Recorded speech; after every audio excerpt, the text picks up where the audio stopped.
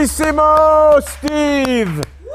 Excellent. Another fantastic riff to motivate us before we enter into our discussion tonight at ChristiAnarchyToday. Thank you, Steve. Very appreciative of your skill. I actually heard metal in that metal riff. It was very metal. It was beautiful. Listen, our byline at ChristiAnarchy Today is, if you think you know Christianity, you're probably wrong. We mean that humbly. We understand people know Jesus and people know the elements of the faith and they know the things that happen in the Bible and stuff like that. But we just think that there's things that people accept from tradition and they accept from their leaders and they accept without necessarily thinking about it. And it just gets passed on down, and things to see if you're willing to hear what they're about, perspectives that some of us look to here. And tonight I want to talk about a Christian BS principle. And I'm going to explain something I just explained to somebody else at an interview a little while ago. Have you ever been to a church, or have you ever known somebody, maybe you are that person, where emotional Christianity, thank you for walking in front of the camera in the audience, where emotionalism is really overwrought. I mean, people are weeping, people are crying, I don't know the difference, people are shouting, people are screaming, people are rocking out to Jesus and things like that. Or maybe you've seen perhaps on TV a preacher who gets you all fired up, and he really speaks to you that way, you know, and he's throwing that stuff out at you. Could you imagine Jesus talking like that? Could you imagine Paul or Peter when they're talking to people there, Jews, that they go to them and they say, Jesus came back from the dead. You could be healed in him. Do you think Jesus did that? Well, I don't. And I think Jesus was very reasonable and rational, and so that people didn't think he was absolutely insane. And he gave his message without a lot of emotion.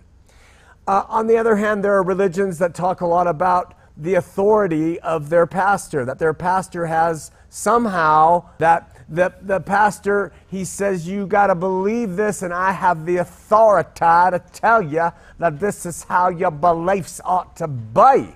That if you don't follow me and the authority I've been given by the Lord Jesus Christ, then you are spewed out of his mouth. They speak to their authority in terms of having graduated from Harvard Divinity School, or having gone to Yale, or some high-fluent education where they've gotten their master's or their PhD, and that entitles them to tell you what you must do and what you must believe.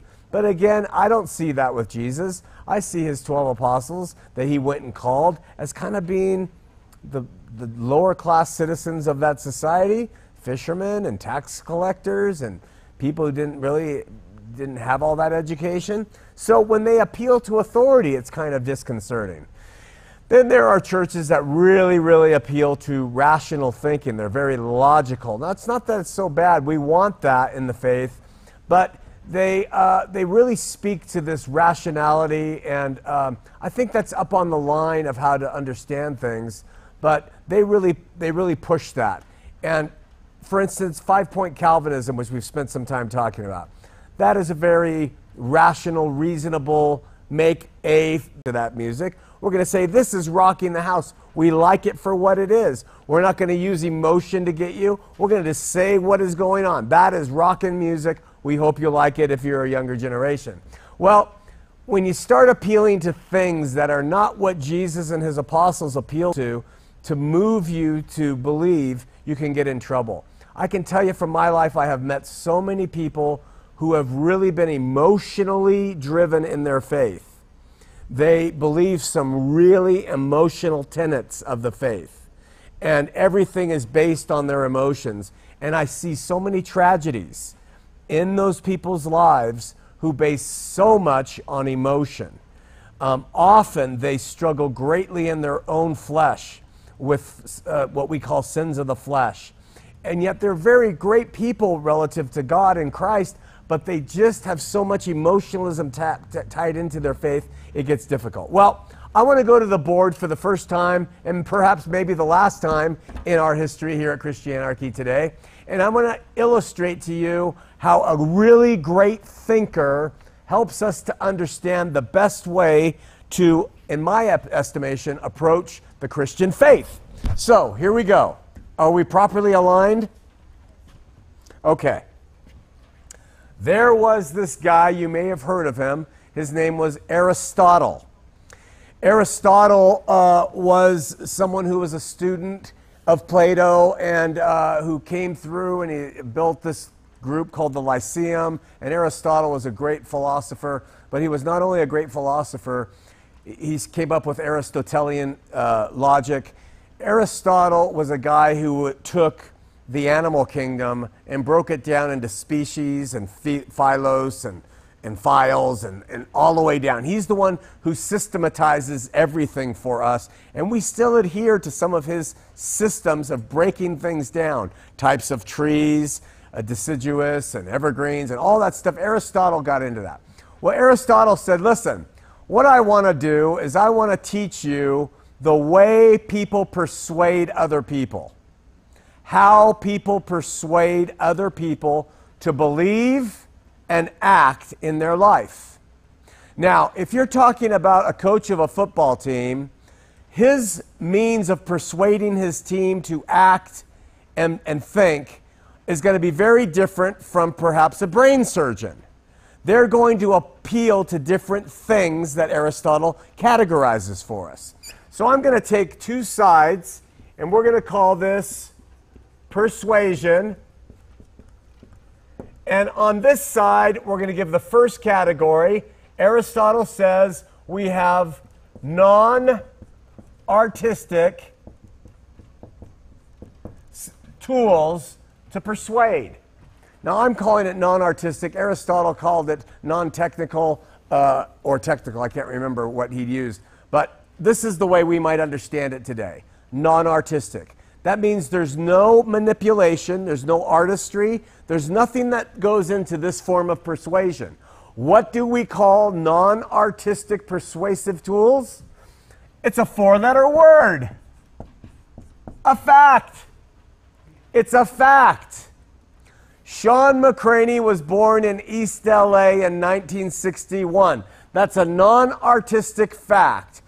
I use it to persuade you how old I am and where I came from, that I was born in East LA in 1961. That's a stated fact. I can't change that fact. Nothing can happen. It doesn't require any manipulation. So on this side, to persuade people to think and believe, Aristotle says we appeal to non-artistic means, which are facts. That's pretty simple.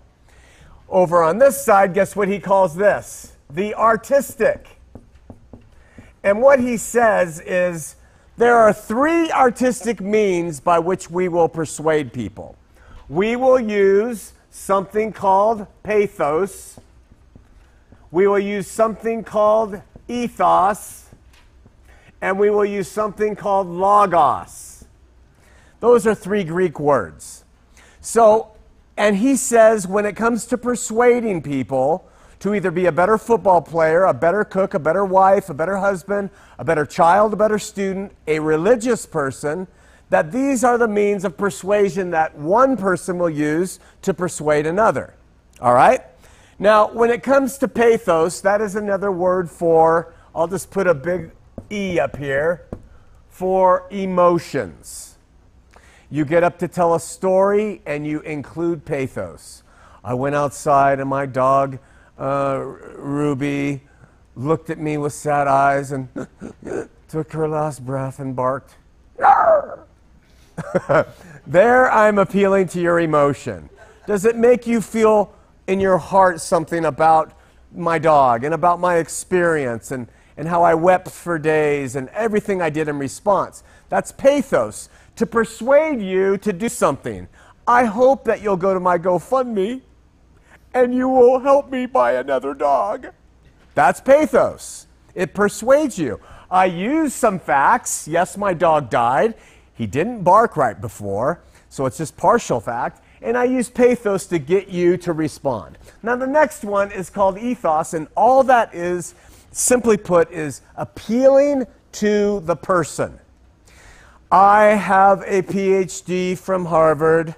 I am going to, and it's in photography, and I'm going to talk to you about using a Kodachrome camera. Well, you're going to be persuaded to listen to me because I have a PhD from Harvard in photography. It's simple as that. You appeal to the person speaking. That's a form of persuasion. So when you hear people talk and they start to include things about their experience, training, education, they're appealing to ethos to move you. And then we finally get to logos, and all that is, so this is the person, and logos is the rationality or reason. Okay, so I'm going to take the facts. My dog died. I'm using pathos. I weep when I tell it. And now I'm going to use reason. I need a dog to help protect my home because my invalid mother lives there and she's on oxygen. I have to leave during the day and something could happen. I need a dog who can smell smoke. That's my rationality for you going to the GoFundMe to help me. So essentially, the brilliant Aristotle gave us the 4 ways in which someone can step up to a speaker and they can address you and cause you to think a certain way, believe, act. Okay? Now, obviously, if we're talking about, for instance, sports here, that somebody who is trying to persuade people to participate in sports, they're going to appeal to different things. And like I said, a brain surgeon will apply to other things when he is trying to talk to somebody who needs brain surgery, and et cetera, et cetera. Well, when we come to this subject, this is where it should be very, very different in our approach to persuading. Now, I want to ask you a question. Some of you might know this. If you know anything about Mormons, what would be the order of the 4? Facts, pathos, ethos, logos, in the Mormon way of persuading somebody to believe. I will tell you. The first one is pathos. They appeal to your emotions. That's why they cry so damn much.